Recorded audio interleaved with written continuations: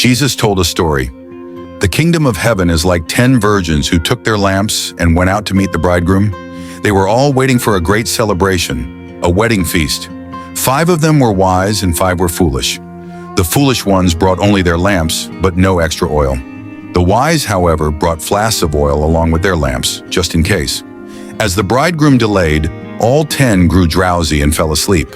Then at midnight, a cry rang out. "Look, the bridegroom is coming! Come out to meet him!" They all woke up. The foolish quickly realized their lamps were going out. They said to the wise, "Give us some of your oil. Our lamps are dying."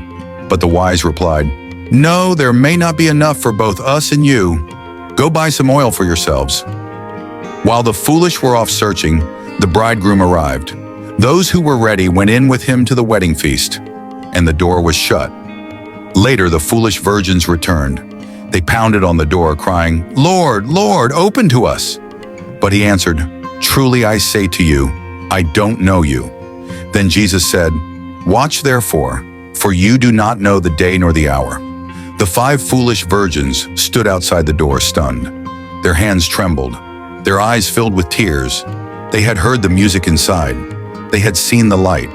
But now, it was too late. One of them knelt at the door and whispered, "We meant to be ready." Another cried, "We didn't think he'd come so late." But silence answered them. Inside, the celebration had begun. The bridegroom welcomed the wise virgins with joy. Their lamps glowed brightly as they danced in the light of his presence. And the foolish virgins? They walked away in the night, lamps burned out, hearts heavy. Not because they were hated, but because they weren't prepared when it mattered most. The door had closed. The thick wooden doors of the wedding hall echoed with finality as they thudded shut. The warm glow of torchlight and the hum of laughter spilled through the cracks. But for the 5 young women left outside, it might as well have been another world. Miriam, the eldest of the 5 foolish virgins, stepped forward and pounded on the door again. Her voice cracked with desperation. "Lord, Lord, please, open the door for us." But no answer came. Behind her, Ruth sat on the stone path, her lamp dark and cold. She stared at the empty flask in her hand and whispered, "Why didn't I just bring oil? I had the time." We all did. The others, Naomi, Keturah, and Hadassah, stood silently, their once eager hearts now sinking under the weight of regret. They had been invited. They had dressed in white. They had waited. But they hadn't prepared. The long walk home with slow steps and heavy hearts, the 5 began the walk back to their village. The road was quiet now, the festival music fading behind them. No one spoke for a long time. Finally, Naomi broke the silence. "I thought he'd come sooner." Her voice was soft, almost a whisper. "When the sun began to set, I thought, surely it's now. But he delayed. I didn't think we'd need extra oil." Keturah clenched her fists. "We were all invited. Why would he shut us out? Why didn't the others just share a little oil?" Miriam turned to her sharply. "Don't blame them. We had every chance to bring our own. They were wise. We were not." And the truth sank in again. This wasn't about the delay. It wasn't about fairness. It was about readiness. They stopped at a small olive grove and sat in silence beneath the stars. Ruth pulled out her empty flask and held it up to the moonlight. "It looked full," she said, "but it was just leftover oil from yesterday. Not enough to last the night." Hadassah wiped her eyes. "I kept saying I'd get more, but I was busy. I kept waiting for the right time. Then it was too late." Miriam looked around at them all. "We thought being near the wise would make us wise. We thought being in the right group meant we'd be ready. But faith doesn't work like that. You can't borrow oil. You can't share obedience. You can't fake light." A long pause. "You have to carry your own flame." Each girl, as they sat in the grove, remembered moments from the days before. Naomi recalled the merchant who offered her extra oil for just a few coins. She had waved him away, too distracted by her veil's embroidery. Keturah remembered seeing the wise virgins pour their oil into flasks and thinking, "That's over-preparing. The bridegroom will be here before nightfall." Ruth had stood in the market with a flask in her hand and used her coins to buy sweet perfume instead. They hadn't planned to be foolish. They just hadn't made being ready a priority. The return to the village. By the time they reached the village, the streets were silent. Miriam's father waited by the door, his face lit with joy when he saw her, until he noticed the darkness of her lamp. "You missed it?" he asked softly. She nodded, her eyes filled with tears again. "I heard the cry, but I didn't have enough oil. He came, and I was away trying to find more. When I came back, the door was shut." Her father placed his hand on her shoulder. The bridegroom had waited long, but not forever. That night, each of the five sat alone in their homes. They looked at their empty lamps. They looked at the faded white of their wedding garments, and they realized they had mistaken invitation for readiness. The door hadn't shut to punish them. It shut because the time had come, and they weren't prepared. From that night forward, each of the five women lived differently. They carried oil with them wherever they went. They told others, "Don't wait until the cry. Be ready always." They watched the sunrise each morning, grateful for a new chance to prepare. So now, dear listener, the story turns to you. You've been invited. Your lamp has been lit. But when the cry rings out at midnight, will you have oil? Will you be found ready, waiting, watching, or rushing, regretting, too late? The door hasn't closed yet, but one day it will. The days that followed were quiet, too quiet. In the village, the wedding had ended. The feasting was over. The bridegroom had departed with his bride, and guests returned to their homes filled with memories of music, joy, and candlelight. But in the homes of the five foolish virgins, there was no music, only silence and reflection. The days after the door, Miriam stayed indoors for days. She couldn't bear the whispers in the market or the stares from those who'd seen her pounding on the door too late. Her lamp, still dark, sat by the window, a painful reminder of what she had lost. Ruth, in contrast, couldn't sit still. She wandered the hills in search of oil merchants, desperate to never be caught empty again. But she realized no matter how much oil she bought now, it couldn't turn back time. Naomi avoided the others. The shame of her unpreparedness burned deeper than she expected. She replayed the night in her head 1,000 times. Why didn't I just bring oil? Why did I sleep when I should have watched? Each of them, in her own way, grieved, not for a missed party, but for a missed moment of destiny. A call to remember. On the 7th day after the wedding, the village elder called a gathering. The whole town arrived at the synagogue courtyard. He stood before them, gray-haired, holding a weathered scroll. "This story is not new," he said. "The bridegroom has come and gone, but the call to prepare is ancient, and still, it continues." He read from the prophets. "Watchmen, sound the alarm, for the day of the Lord comes as a thief in the night. Blessed are those servants whom the master finds awake when he comes." His eyes fell on the 5 young women seated near the back, cloaked in shame. "Even the foolish may become wise," he said softly. "Even a dark lamp can be lit again." Miriam's fire. That night, Miriam knelt by her lamp and opened her flask of oil. She had finally refilled it, drop by drop over the past days. She trimmed the wick. She struck a flint stone. The flame sputtered, then caught. She stared at it, mesmerized. For the first time since that night, warmth returned to her soul. And in that quiet flicker, a prayer rose from her lips. "Lord, I missed your coming, but don't let me miss your voice. Rekindle in me what I let die." She began rising before dawn, sitting by her lamp, watching the stars fade, waiting, not just for another bridegroom, but for a deeper calling. Transformation in the others. Ruth found herself at the village well, speaking with a younger girl. "Keep oil in your lamp," she urged. "Don't wait until the cry. I know what it feels like to be locked outside." She became a quiet mentor, offering extra oil to others, not because she could share the flame, but to ensure others didn't repeat her mistake. Naomi began copying scrolls for the synagogue, studying every word of the ancient teachings about waiting, watching, and wisdom. Her penmanship grew steady, her heart steadier still. Hadassah and Keturah opened their home for young maidens who wanted to prepare. They hosted prayer vigils, lit lamps together, shared stories of faith and failure. No one laughed at them now. Instead, they were seen as guides.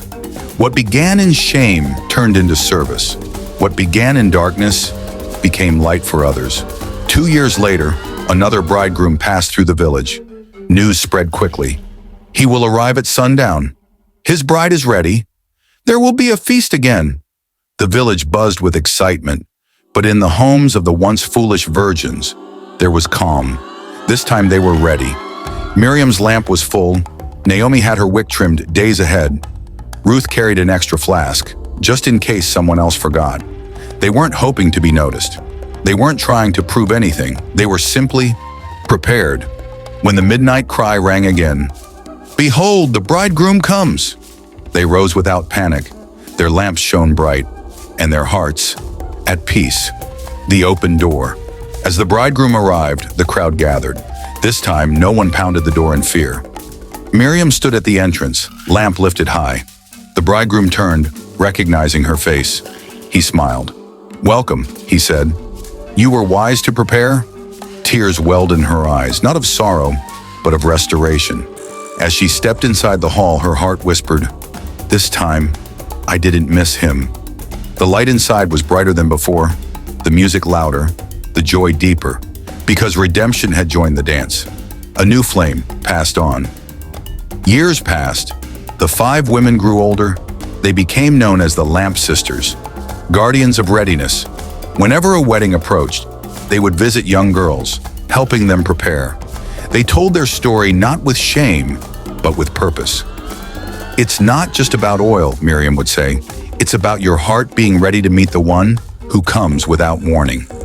"Keep your flame burning," Naomi would whisper, "because you don't know the hour, but you can live like it's today." And every time the village heard the midnight cry, no one was left scrambling in the dark. The final flame.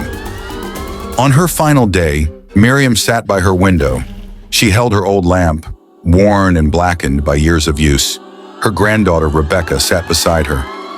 "Grandmother," she asked, "were you really foolish once?" Miriam smiled. "Yes, and that's why I became wise." She placed the lamp into the girl's hands. "Keep it filled, keep it burning, and listen. Always listen for the cry." That night, Miriam passed into eternity, her lamp never having gone out again.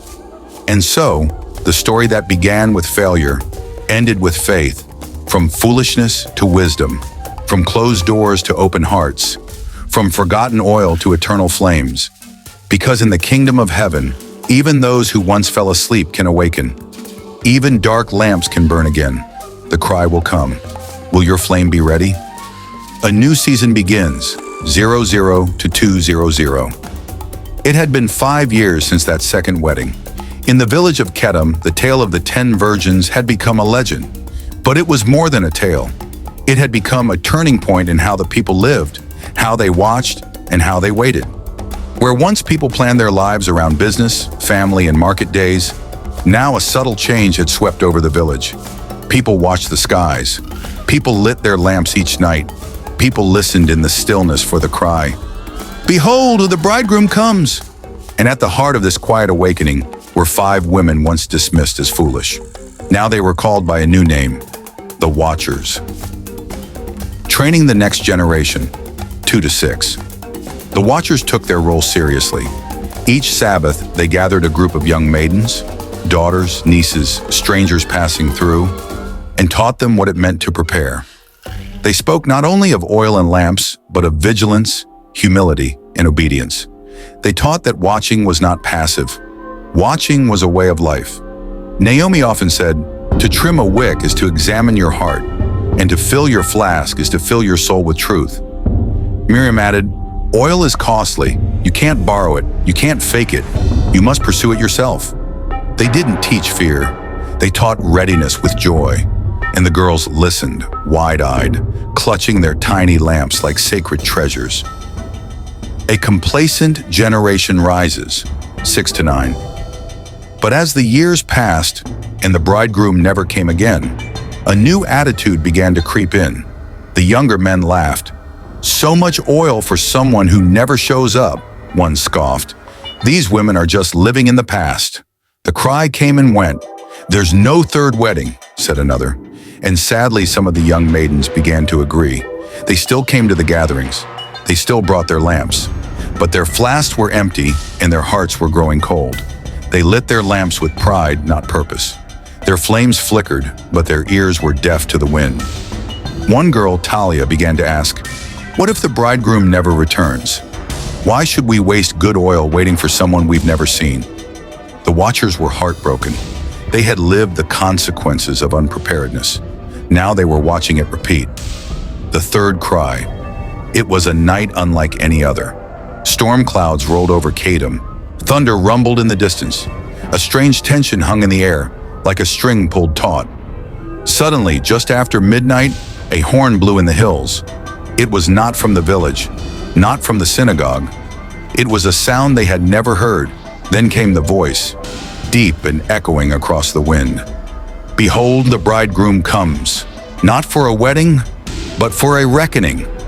The village erupted in confusion. Doors flew open. Lamps were dropped. Some scrambled for flasks they hadn't filled in years, but others stood ready. Miriam, though older and weaker, stood on her porch. Her lamp already lit, her eyes misted with tears. "He kept his word," she whispered. Naomi helped a girl light her lamp just in time. Ruth shouted across the road, "Bring your oil. Now is not the time to borrow." But for many, it was too late. Their lamps sparked, then died. They looked to the watchers, begging for help. But the watchers could only say what had once been said to them. "We cannot give you our oil. You must go and find it yourself." And the third door closed. A holy fire breaks out. In the days that followed, the village was changed again. The mysterious visitor, whether angel or prophet, left without trace. But his message echoed like a drum in the hearts of all. This time, even the mockers were silenced. The watchers were honored, and the young girls who had been careless wept. Talia, once skeptical, fell at Miriam's feet. "Teach me again," she cried. "This time I'll listen." Miriam, frail but fiery, looked her in the eye. "Then start with your flask. Fill it daily. Don't live on borrowed faith."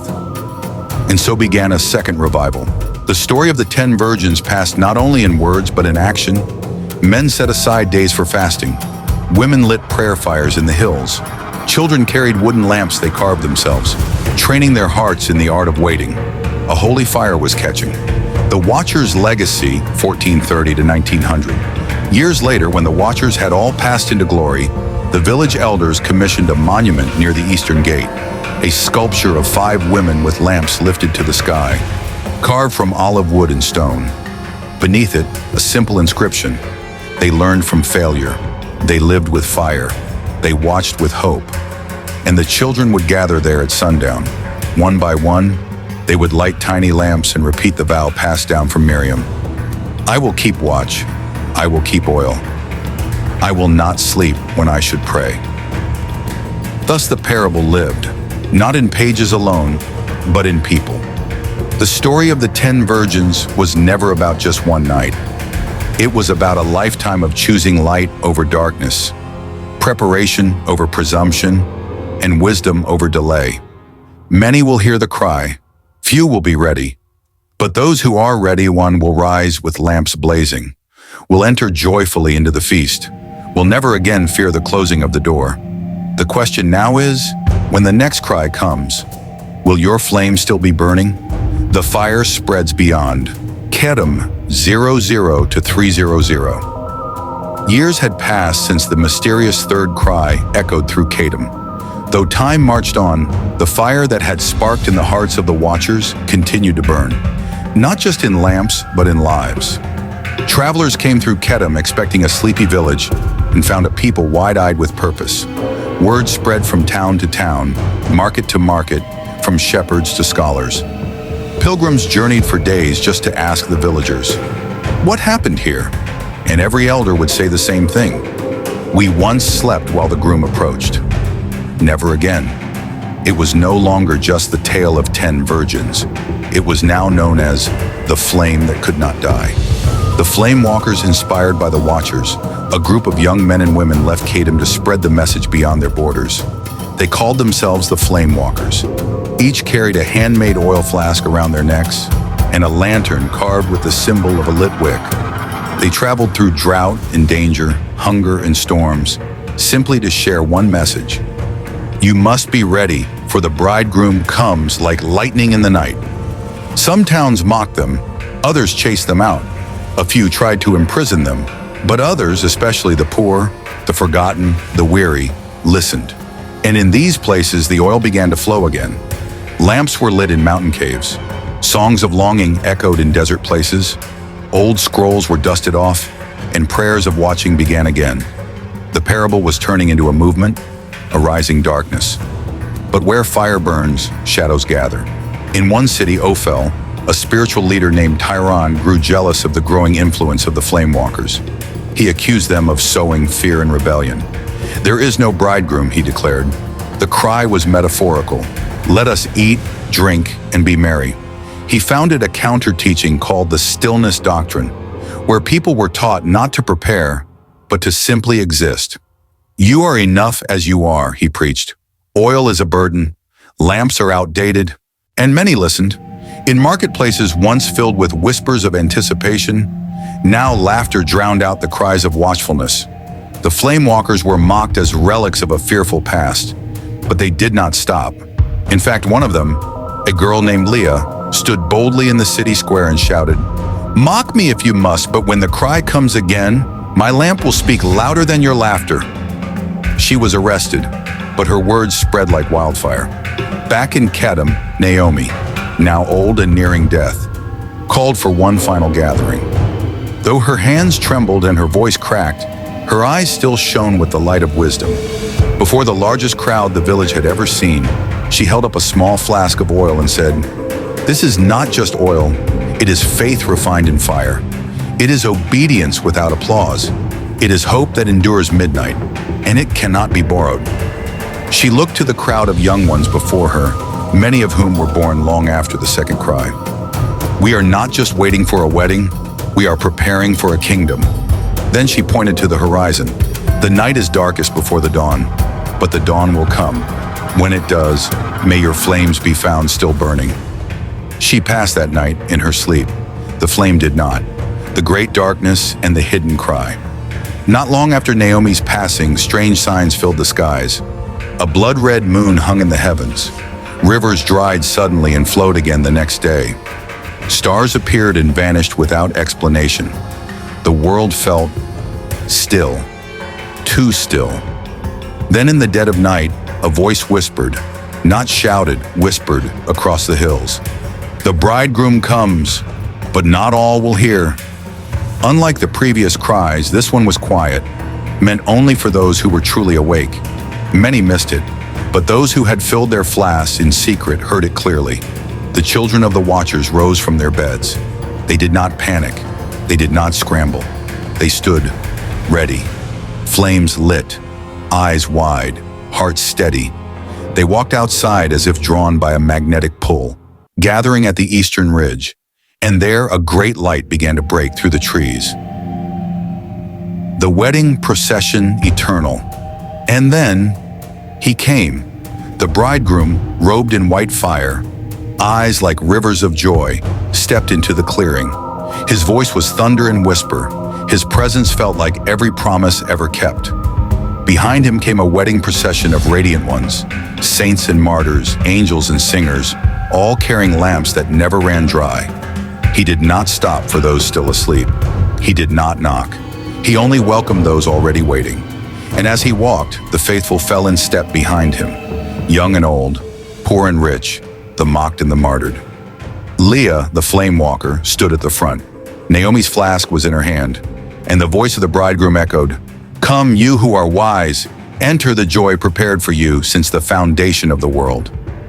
As the procession moved on, the door of the world began to close. But for those inside, there was no more weeping, no more delay, no more night, only light, only love, only the wedding feast of the Lamb. And thus the story of the 10 virgins became eternal, not just a parable, but a prophecy fulfilled in flame.